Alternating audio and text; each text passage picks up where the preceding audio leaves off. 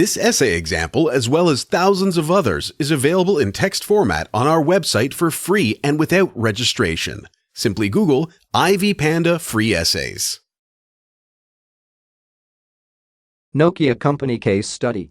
Advancement in technology has facilitated the growth of mobile and telecommunication industry.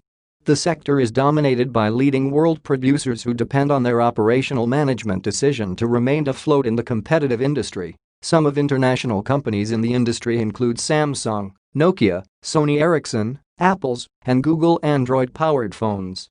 Nokia has been a leader in the industry in innovation, sales, and market share. However, the increased competition has triggered for strategic decisions to be made by the company.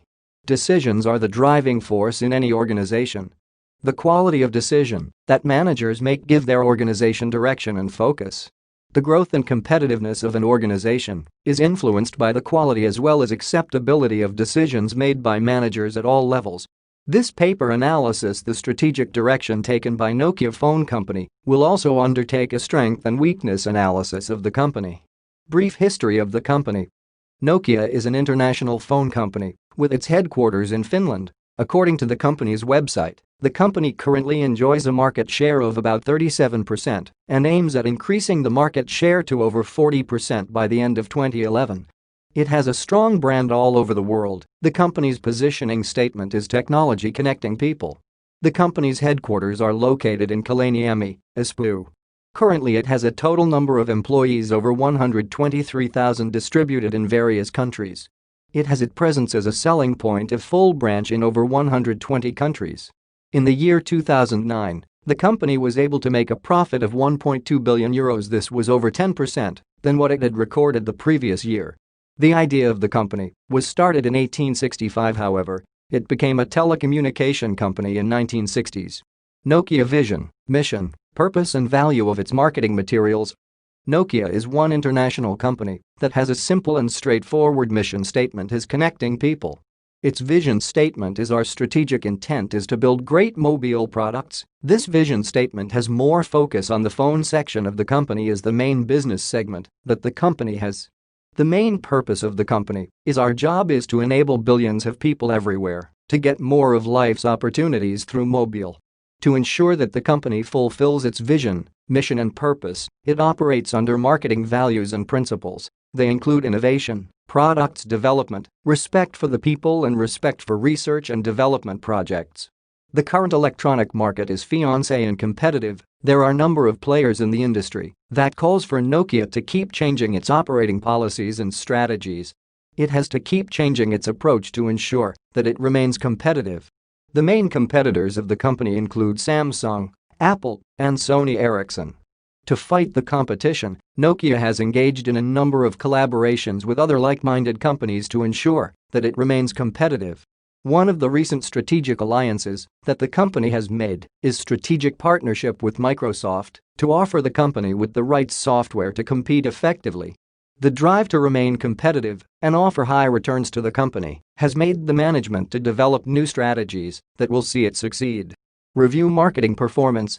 Nokia has been a leader in the electronic industry. However, current innovations and venture of other international companies have hindered the company's continued leadership. The company's strength and innovativeness has made it world's largest manufacturer of mobile phones. In the first three-quarters of 2010, the company enjoyed a market share of approximately 31% on average. However, the market share reduced to 30% in the last quarter of the year.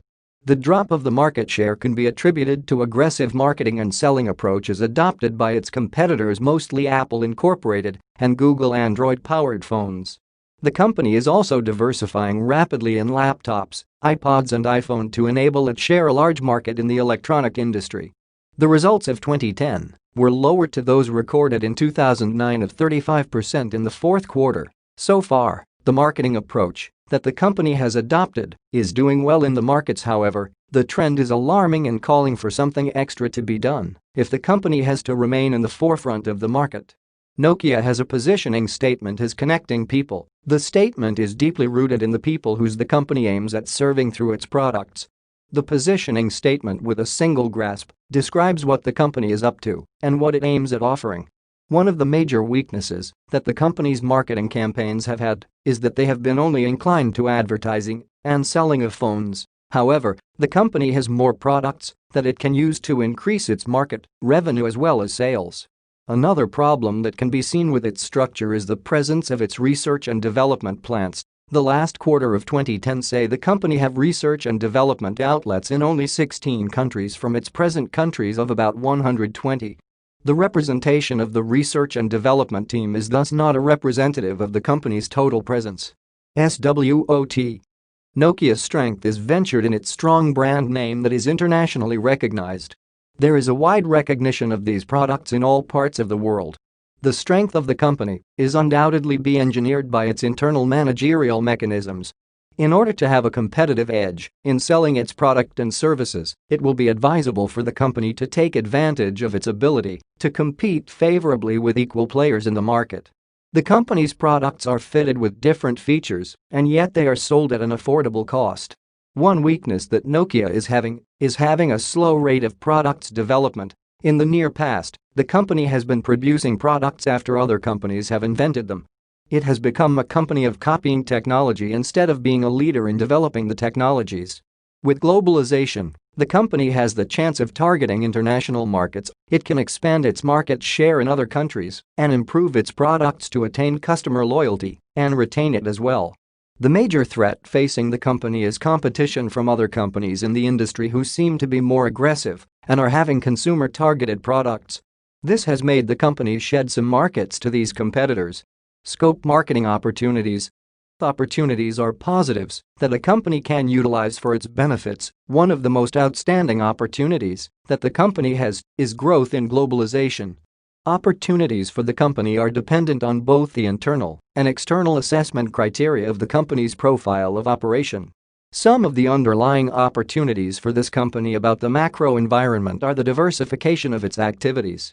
When operating in more than one country, the company should ensure it well understands the marketing approach that it should implement for its success. Different countries call for different marketing approach depending with the people living in the area. There are some green markets or some markets that have not been fully utilized that the company should think of diversifying to. Some of these are in developing countries who may be in need of basic phones. With changes in markets and economic situation, different people are having different tastes. The company should aim at establishing niche markets with the available markets.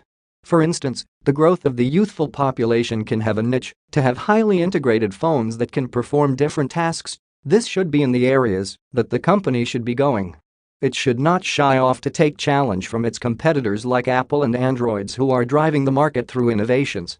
When the above opportunities have been seen and well ventured, the company is likely to have a growing profit gain as sales are likely to grow. On the other hand, when the company develops new products with times and aim at fulfilling consumer needs, it will likely win consumer confidence that grows loyalty with the company's products.